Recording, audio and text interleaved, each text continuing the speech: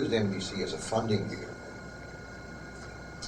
As a funding vehicle to purchase defunct airlines, to cause havoc and when they deregulated the second time the airline industry, we picked up Frontier for a song and a dance. Every damn piece of equipment Frontier owned in Denver went into our hands. Okay? It shows in here how Southern Air Transport was created. Hasenfuss and Company. Okay. It shows that in here also, that when Hasenfuss was found by the Sandinistas. In 1986. Yeah, guess what he had in his pocket? He had all the documents from national brokerage companies incorporated. And it showed that the airplane, the C-123, was one of ours. So there's little things like that that cause us to have problems. But it also, on the other side, gives a tremendous amount of validity to everything we say. Yeah. One of the things that you described to me is just how you come up with some of the funding, and I find this pretty fascinating. You talked about the Germania-Crondelet situation before, that you'd work with both of those. And I'd like to explore that, if that's all right. Sure, no problem. Okay. How you got into the bank, and under the alias that you used, was it Emory J. Peden? Well, that was one of them. One of them, okay. So you used several different aliases as being part of the national brokerage? Chairman of the board. Chairman of the board. Peden. Okay. Robert Andrew Walker was one of the directors. Okay. Gunther K Russbacher was one of the directors. All three of them being you. Peggy Jane Russbacher was one of the directors and president. Okay. Peggy Jane Neal was one of the directors. And P.J. Eden was also one of the directors. I see. So all derivations of two people. Uh-huh. Okay. Now, explain. And I had signatory powers for her. In other words, I Oh, okay. all documents. So you had, it basically all rested with you. Absolutely. Okay. For the 7 members of the board, we comprise the entire 17th-member team. Okay. And when you would, to create funding, one of the methods that you use is basically going into the banks, S&Ls, whatever, and just scooping them clean. Would that be a good analogy? That's a misnomer. Okay. Let me back up, because you've got to understand Sure, go ahead. what leads up to it. Okay. When I came back from Nam and the second time around and all this kind of nonsense, I had to make a decision how to get well, how to get put back into proper physical shape, and so on. So one of the things I did, I went back to school. I studied law, I studied financial planning, I studied things like that. I wasn't going to fly, I wasn't in any physical condition to do any flight service, so I decided that school would be my next attempt, how to raise havoc in the world. I passed. I became a financial planner, a consultant for Prudential Insurance Company. In a matter of a short period of time, our district was #1 in the entire country.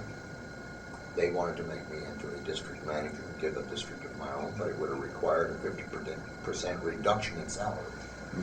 I said, no thank you, and I left the crew and went to work for Connecticut Mutual, where I took over as a GA, general agent, and formed my own brokerage company. This is where Clayton Financial Planning came to be, with Herb Smith. And then we decided we were going to get bold and start another one, National Brokerage Companies. I used money from the Hill Financial operation to fund National Brokerage Companies. The Hill Red Hill Savings and Loan, Red Hill, Okay. Pennsylvania. Oh, okay. Yeah, you mentioned that. Okay. Yeah. That is a Robert Andrew Walker and Donald Lutz operation. Oh, okay. Donald Lutz is still overseas. He's functioning. He works for International Distributing Corporation, which is a disbursement company for the agency on how to move money around the world. He's in Dublin, Ireland. Okay. So that. And he's also, I think he got 6 or 7 indictments against him here in the country. But in approaching, say, like Germania and Crondelet, the reason I mention that, and, these are just copies of articles which I've pilfered from the microfiche. So you found what we did, huh? Is that what you're telling me? I can't say I found what you did, but I found some tracks. Okay, first you have this particular article, whatever it, okay, and this is from January 15th, 1986. Executive at Germania is moving on, okay? First of all, you have to eliminate the leadership, all right? Oh, killed him? Okay. Yeah. Did you ever meet him? Or? For certain. Okay. You know who I put in place of them, Ken? Who? I'm trying to remember his name, from Commerce Bank out of St. Charles. put him in place. Okay?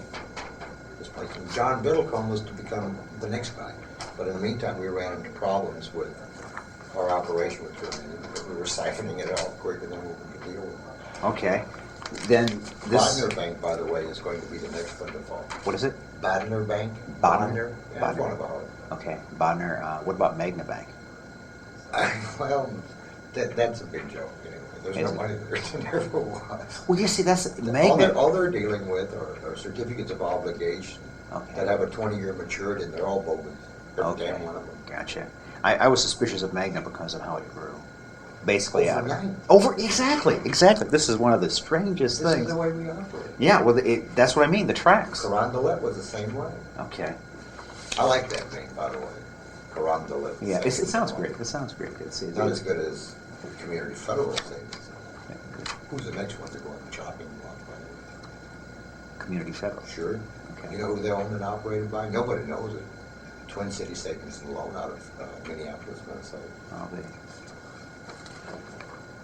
well, the next thing that I see, and this is kind of, Twin Cities, yeah. The next thing that I find is in May of '86, Germania acquires Missouri S&L. Okay? And this is similar to what I see with like a Magna Bank, the quick expansion.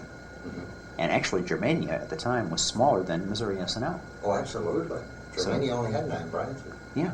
And Missouri S&L was pretty sizable. They Eventually had some it was. problems, but nonetheless, it didn't make a lot of sense to me when that happened. And that was in May of '86. I remember it very well. I don't even have to look at you. Okay. Next thing you know, about a month and a half later, Germania ousts chairman after loss. Yes. And Okay. then indictments followed. And the indictment of, they ousted William Osborne. Did you know him also? Yeah, of course. Okay. It was Bill Osborne working for you people, or? Of course. Okay. Yeah. All right. I mean, obviously you'd be working, but. He was working for me directly out of Clayton Financial Planning. Okay. So we had a lot of turnover at that time. Okay. We were burning him faster than we could room for the positions. Okay. Now, what is the enticement of these people? I guess they had been in the banking business legitimately $5 beforehand. million parachute. Oh, is that what it is? Okay. If the fecal matter begins to hit the wall, Yeah. or the fan starts to distribute it more than evenly on the wall, give the man $5 million and a couple of suitcases, fresh set of documents, an international passport, and put a plane at his disposal. A la Besco. Okay. That's fine. I mean, we got a lot of these people running around overseas. Okay. So you have that enticement, but you also have the enticement of, as this operation goes. They are also going to profit in it. Sure. Okay. So they're doing more than $5 million. It's an unlimited money supply, Alex. Okay. When I have a corporation like this, a chartered S&L that is FDIC insured, or one of the other, okay, do you know what I can do with it? We can take an S&L with a very decent deposit base, a good ratio of loans outstanding and amortizations over a period of years. And I can go back to the Fed and borrow 7 to 1 for every deposit dollar. Okay, now explain. Yeah, you were talking about that before. 7 to 1. Yeah. 7 to 1 I now. call my credit rating, and I create my own because I call up Dun & Bradstreet and make my own credit rating. Okay, so you've created this great credit rating, Yeah. and you have a certain amount of funding, money, whatever. Let's assume I have $30 million. Okay. The moment that I take these $30 million of my deposit base Mm-hmm. and pledge it back to the Federal Reserve, I end up 7 to 1 loan ratios. It's like the land bank. If the land bank owns $1 million, they can get as much as $15 million in matching funds from the Fed on a short-term, renewable note basis. Okay. Now, these $20 million accounts, or let's say $200 million accounts, they're secured by FDIC. FDIC. And they, in turn, are reinsured by private insurance, okay? Okay. Now, we also have insurance companies we work with. So we underwrite what we call a fiduciary package. And I'll write a $500 million fiduciary package, which means that if I have a $200 million deposit base, which is nothing in the banking business, if you get a bunch of little ones put together, Yeah. I can go back to the Fed and say, look here, folks, I need, let's say, $1.5 billion. And they will write a $1.5 billion charter draft against the Federal Reserve. This does not mean that there's money that's being transferred. All they're doing is agreeing that I am in possession of such an amount of credit. Okay. It's a letter of credit is what it is. It's a letter of credit compounded by But another. it's up to me to find the funds and create the money. Sure. So what do? With this big, huge letter of credit, which I show, again, as an asset, not as a liability, because it hasn't been used. Sure. I create limited partnerships and buy like crazy. So people buy into. Oh, absolutely. And I buy airplanes. Okay. That you've actually created additional cash by allowing them to buy into. Of course. And you've created a cash base where maybe there's been hardly anything. Correct. Yeah. And we've made money, beaucoup money. We've made so much money on the national brokerage operations that we had to keep diversifying just to keep it from showing. You have no idea. You need to get Rodney to give you the account transaction forms. My average that I pumped through my commerce account in St. Charles in the latter years of national brokerage, my own personal account, okay, I pumped through like $30,000, $40,000 salary per month. Per month. Legal. It was mine. And that was on my personal account. On my business account, I was averaging anywhere from 800 to 1.2 mil a month. Continual flow of funds. This doesn't mean that I had that much. It just means that we had this much in flow. It's the flow that gives me the strength to go back for more loan value. Sure. And that in turn creates more flow. Correct. So you rob Peter to pay Paul, and then you pay neither one of them. True. Did you ever do anything with motion picture limited partnerships? Or do you know anything about all that? the time.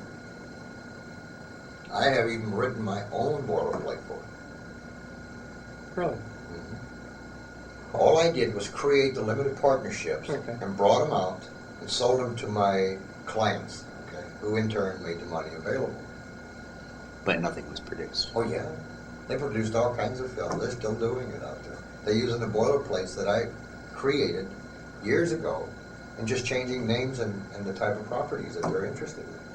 We use Credit Suisse, Credit Lyonnais. A lot of our work went through TriStar, through Harry Goldenberg in Denver, and such as that. The relationship that NBC had, did they have a direct relationship with BCCI, or was that just, okay. I just want, because BCCI and NBC sounds like they're basically doing the same thing. And Robert Altman, just got off here recently. Oh, I'm fully aware of that. Yeah, no great surprise. I mean, there's no justice there. Clark Clifford will never be tried because Sure. he's too ill. True. Yeah. I wonder if he really underwent There's heart a lot surgery. about that. Yeah, I could imagine. The symbiotic relationship between NBC and BCCI, BNL, Banco del Lavoro, Nazionale del Lavoro, the Vatican Bank, they're all in here. Okay. You've been watching a special broadcast of The Mystery of a Covert Criminal Conspiracy, a 1993 interview of Gunther Russbacher that was conducted by Alex Jorvat on behalf of Probe Magazine. Join us next time for another installment in this special video series that has been brought to you by Rumor Mill News Radio.